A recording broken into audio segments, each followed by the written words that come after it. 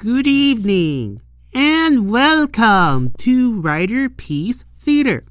Me, Alistair Dayhawk, and tonight, me proud to present Kamen Rider Gotcha episode 26. Last week, it was the calm before the storm.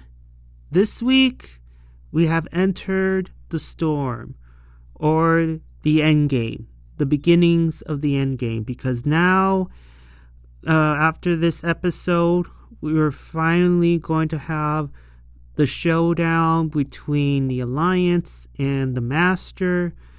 Unfortunately, the Master is not going to live long enough to stick around towards the end of the series, because there's somebody or a group of somebodies who are apparently more powerful than him.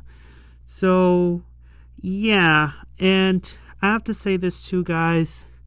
Just like last week, this week, by the end of this episode, I was frustrated with yet again the writing.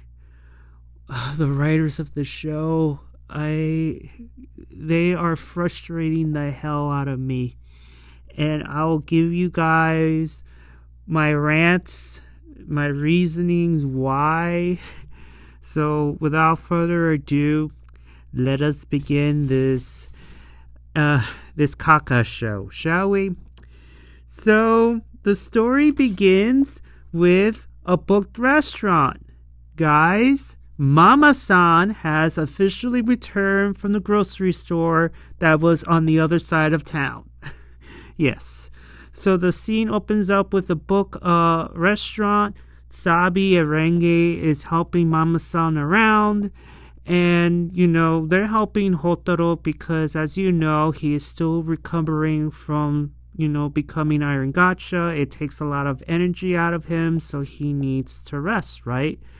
And then Hotaro wakes up, and he's surprised to see, the restaurant is full of people, so he decides to help out. And of course, Sabi and Renge tells him, no, I think it's better for you to keep resting. Let us, help you with the restaurant. But Hotaro was like, look, I have a job to do, and I have to do it. And he puts on the apron, and before long, he said, I am determined to rescue my children. He's more determined than ever to rescue, his children. And what I mean by children, the chemies. And then we move to Minato sensei. He is at a random building, and he is still haunted by his past. He's full of grief and, guilt, that sort of thing. And lo and behold, you have number 2 with sword in hand, just dragging the sword, to the ground. You see sparks coming out from the tip of the sword, and we all know why she is there, right? In the meantime, you see the Master at the school, and he is preparing for the final stages of the Master plan. So we're reaching, his end game here. So, after the opening credits, this scene, just like last week, I just stopped the show, and I was pulling my hair out, and I'll tell you why in a minute.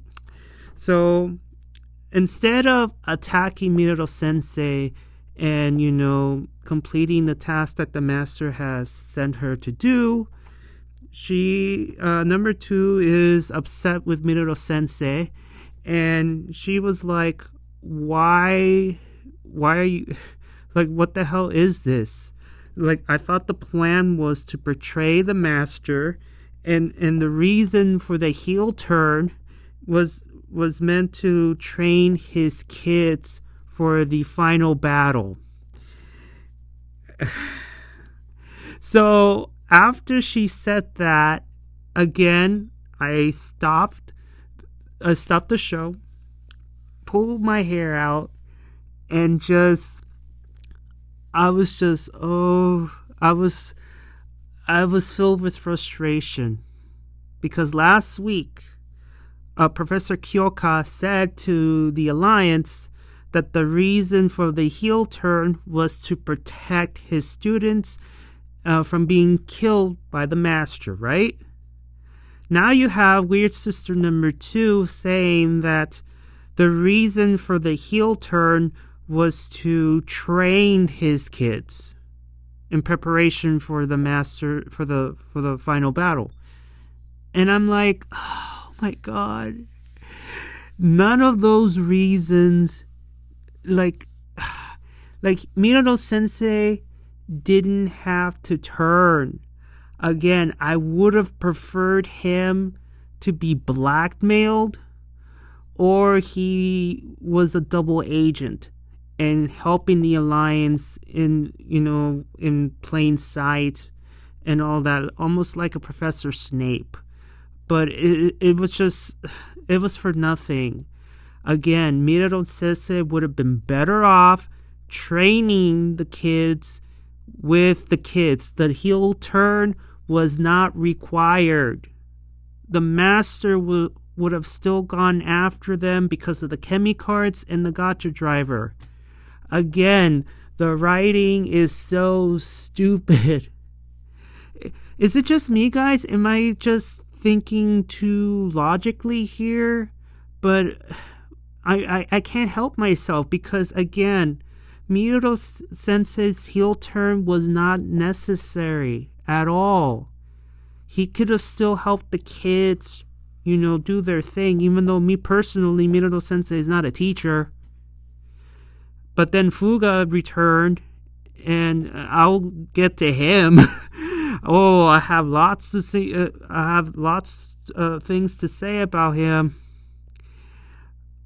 But going back to Minato Sensei, the heel turn wasn't necessary. To me, it was a waste of time. But yeah. So the real reason why number 2 joined Minato, because she assumes that she is going to be protected by him, but also the Alliance. She is terrified of her master, so terrified that she is willing to jump ship and join and switch sides, at least for the moment. She wants protection. She wants immunity. And she even asks Minato Sensei, let us just run away together. Let us just go into hiding. And before Minato Sensei got a chance to say anything, because he just stood there just like motionless. I'm not even sure he was even listening. But as number 2 is pleading for Minato Sensei to, hey, please just summon the Kamen Riders here and have them protect me. And then lo and behold, Weird Sister number 1 and number 3 shows up, and I believe the 2 sisters followed her to where Minato Sensei was, and to see if she were to complete the mission, but she didn't. And so they have to step in, not only kill Minato Sensei, but also kill their own sister. And number 3 was about to transform, but you can tell that she doesn't want to do it. You can tell she was just hesitating to just put on the driver and just kill off her own sister.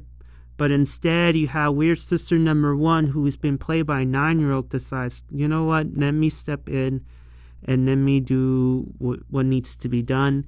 So she pulls a Justin from Power Rangers Turbo, and she transforms into Dread. And we get to see, a mini fight.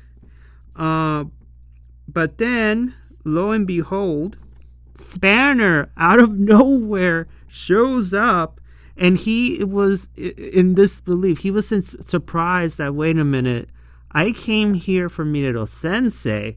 Why are you sisters, fighting each other? What's going on here? And so Spanner comes in, and he goes after number 1. Then number 3 goes after Minato sensei. They fight. In the middle of the fights, you see number 2 just standing there and decides, this is my chance to escape, and she escapes.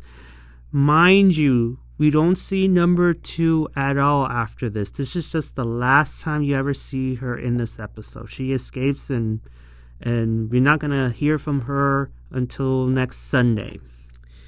So as number 2 escapes, the fight continues just a little bit. The sisters realize that number 2 has escaped, so they decide to jump ship, but not before they went after Minato sensei. And Minato sensei, wow, he just leaves Spanner. He just leaves Spanner to deal with the sisters on his own, while he just runs away like a coward that he is. So he escapes too, and then the sisters left as well, because they're not after Spanner, they're after Minato sensei and number 2, so they both escape. And Spanner is left alone. So we head to the next scene. The restaurant is closed, the kids are exhausted, and Hotaro falls, not necessarily collapse, but he just falls of exhaustion, after all that hard work, working at the restaurant. And Kuro steps in, and then you see Hotaro just mumbling to himself as he's trying to sleep that soon, we will be together. And we'll be together forever. I'm like, oh God. I get it. He loves his chemies, but it's just, are they supposed to be your friends, or are you playing, or you're acting like their mother? I'm just asking an honest question here, because to me, I'm getting this vibe that Hotaro is acting more of a mother than a friend. But that's just my opinion. And so we get back to the school. The sisters return, telling the master that they failed. And the master said, don't worry about it. We can kill them anytime. Right now, we have to complete our final mission. And so the master makes his move. And we now know that the key to opening the door to darkness, or of darkness, not only that you need the gacha driver, which is the key, you need to, build a door. You need to create the door in order to open the door, right? So he said that he needs all level 10 cards, all 10 of them, in order to create the door. So, he could have just collected all 10 level 10 cards and just forget about the rest of the chemy cards in order to create the door, right? But I'm guessing you still need all of them, but the 10 level cards are the most important. And so he also reveals that apparently he managed to capture the 9th level 10 card, and what he did in order to capture it, he captured it using his golden Rubik's Cube, which gets destroyed as he opens it up to release the level 10 dragon chemy, and he easily captures the card.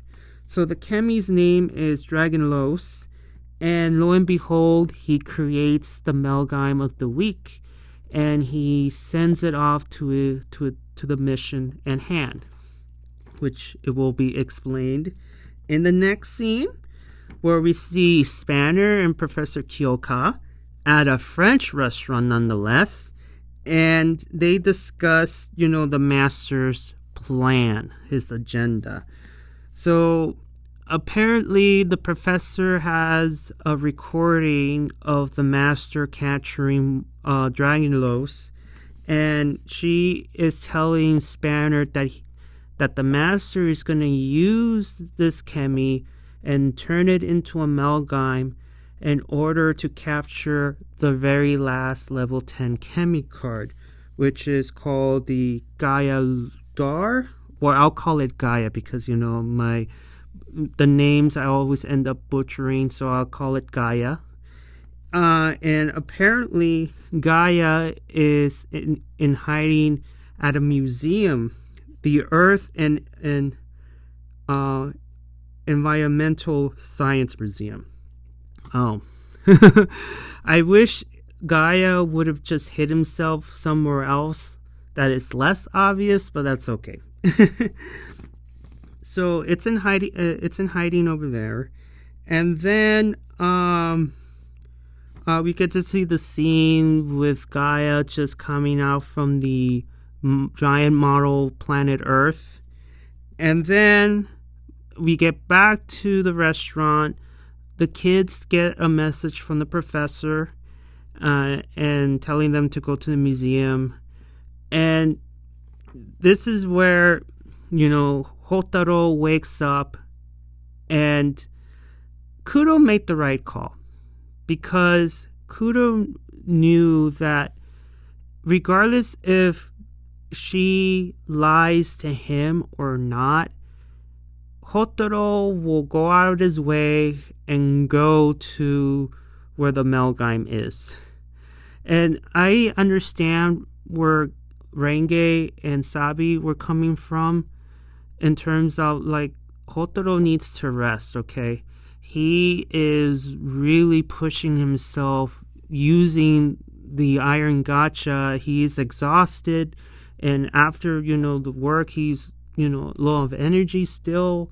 We need to get him to rest and not push himself. But Kuro was right. Regardless if they were to lie or not, he will go.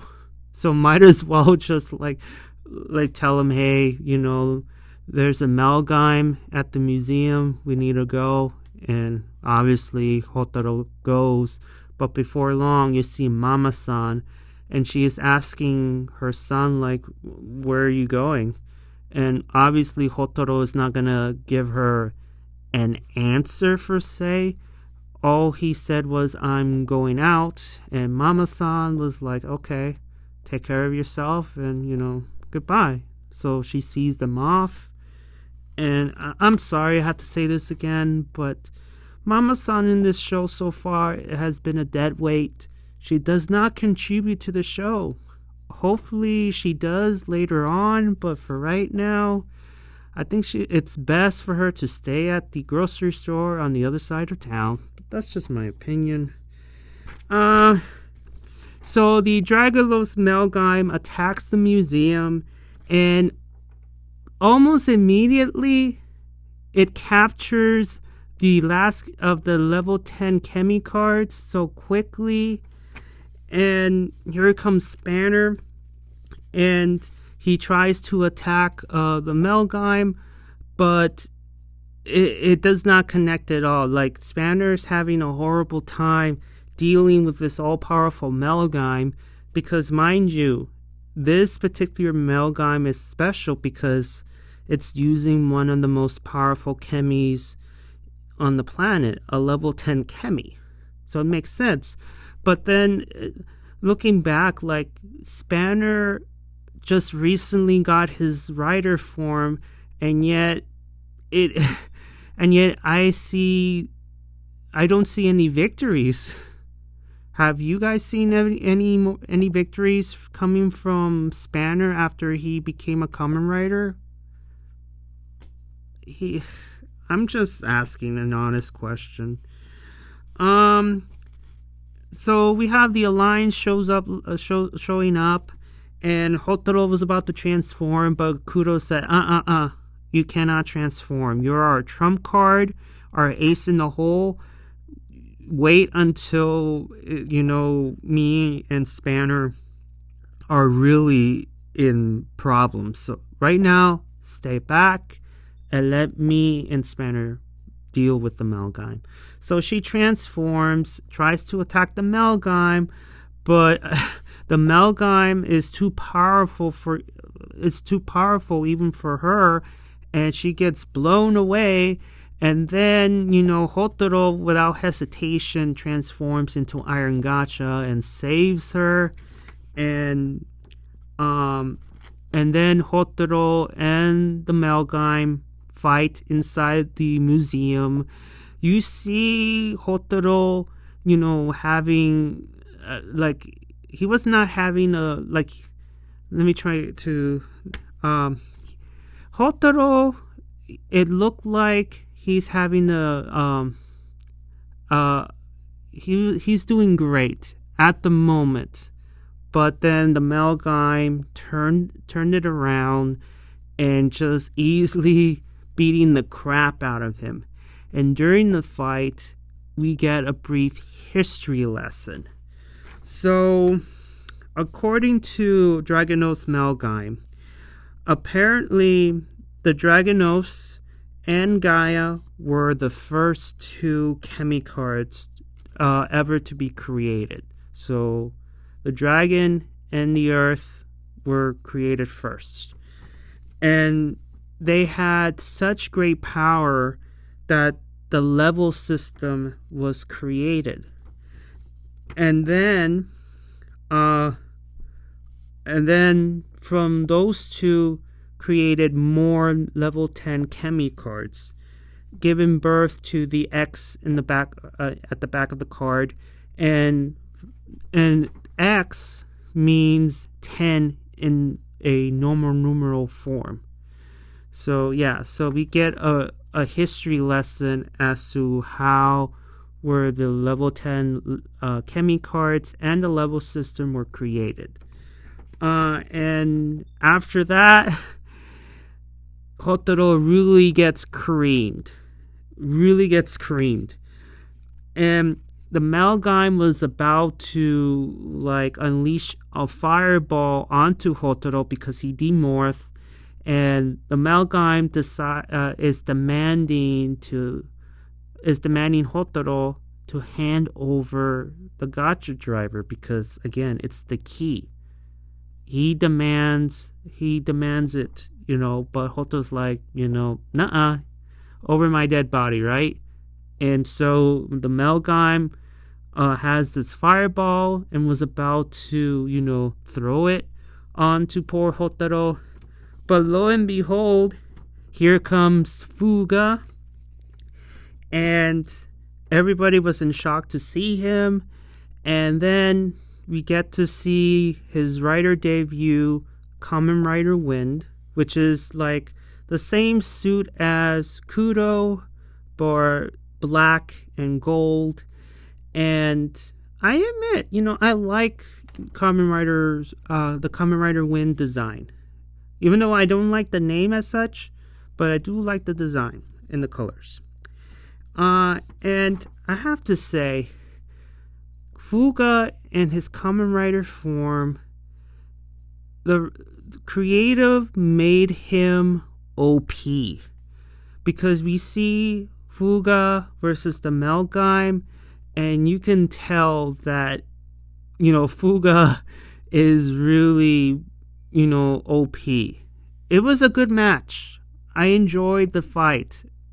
It's just goes to show that Fuga is what he says he is. That he's legitimately one of the most powerful alchemists on the planet. And he easily destroys the malgam, it frees the chemy, and captures the card. However, I forgot. Not only he captures, the Dragonos, but also claims the Gaia card. So he gets two. However, his victory was short-lived, because as he, captures the cards. He demorphs. You see the Alliance cheering and happy, and Hotaro is impressed that, man, like he is legitimately one of the most powerful alchemists out there. Like, they're very impressed. And you see Kudo proud of her papa.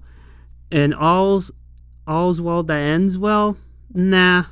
The victory went sour because the master stabs Fuga through with an energy sword.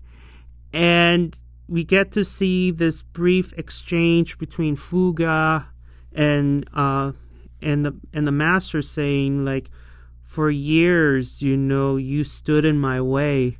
Now, because of you, my plans are finally realized. With these 2 cards, I can complete the door, and then we enter that final step of opening the door to darkness, aka Kingdom Hearts. He disappears, and the Alliance quickly goes to Fuga's aid. And I have to say, well, let me say this before I really, when I go on a rant. You see Kudo holding her father. Everybody else is hovering over them. And of course, Kudo is crying like you be okay. Why are you leaving me again? And Fuga's like, look, I promise you, we will see each other again. I'm deeply sorry, but I promise you, I will return. And then after that, after those parting words, he tells everybody that the master is going back to that realm, and in order to open the door to darkness, right? And the only way to get there is through the train, the chemy train. And he entrusts the future to the kids, and he turns to water. And according to Sabimaru, this Fuga was nothing more than a clone. So the real Fuga is out there somewhere. Okay, this is where I have an issue. Regardless if Fuga was real or a clone, what's the point of bringing him into the show for one episode just to kill him off in the next episode? Is it because he's too OP? That's why creative had to get rid of him that quickly? I was pissed off because, again, why bring him back just to kill him off in the next episode? It's a waste of a character. I don't care if he was real or a clone. I was not invested in Fuga because he disappeared from the pilot. He came back and then he just dies. And we're not going to see him again up until maybe towards the tail end of the show. This character so far has been wasted. He could have been a great mentor to those kids, teaching them the ropes, teaching them ancient alchemy, and just really prepare them for the final battle against the master. But nope. The creative decide, hey, let's turn him into a clone and let's kill him off. Why? I don't get it. So you're telling me too that the Fuga is still out there, and apparently he doesn't show up because maybe he's hiding not just from the master, but maybe someone more powerful than him. Is that why he still remained in hiding and sending in a clone? This show, man. I hope that Fuga does return sooner rather than later, because it's a wasted character. I never been this upset since Nada from Rusoldier got killed off for a power up. It's around that level. It's just, my God, Fuga had potential to become a mentor because Minato sensei is having a midlife crisis, and Fuga is the only thing close to a teacher than, the professor, and the professor is not teaching them. Again, the kids are on their own again. See, guys, write in the comments below, do you think that Fuga, regardless if he was a clone or not, was a waste of a character? What do you think, that it was a waste of a character to kill him off? I wasn't invested in Fuga because the story did not let me. If the story would have let me be invested in Fuga, and if they wanted to kill him off, then it would have been more impactful for me as an audience watching the show, be in tears and be like, why they got rid of Fuga? He's been a great mentor to these kids, teaching alongside with Minato sensei. They could have been great, better prepared for the ultimate evil, but of course they had to kill him off. It just also reminds me of Luke Skywalker in the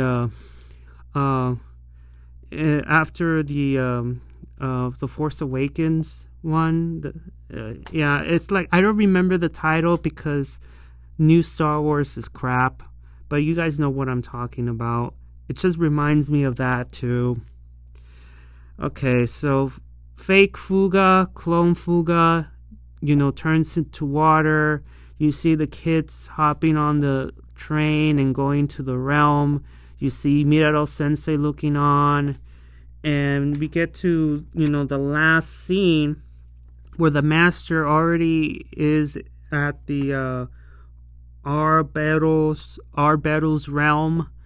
And he just throws all the stolen cards to the sky. And you see, an almost completed set of cards, and you see darkness forming like a door or something, and Hopper One is trying to resist, but it can't, and so the master pretty much is preparing for the ritual, and that's it. That's the end of the episode.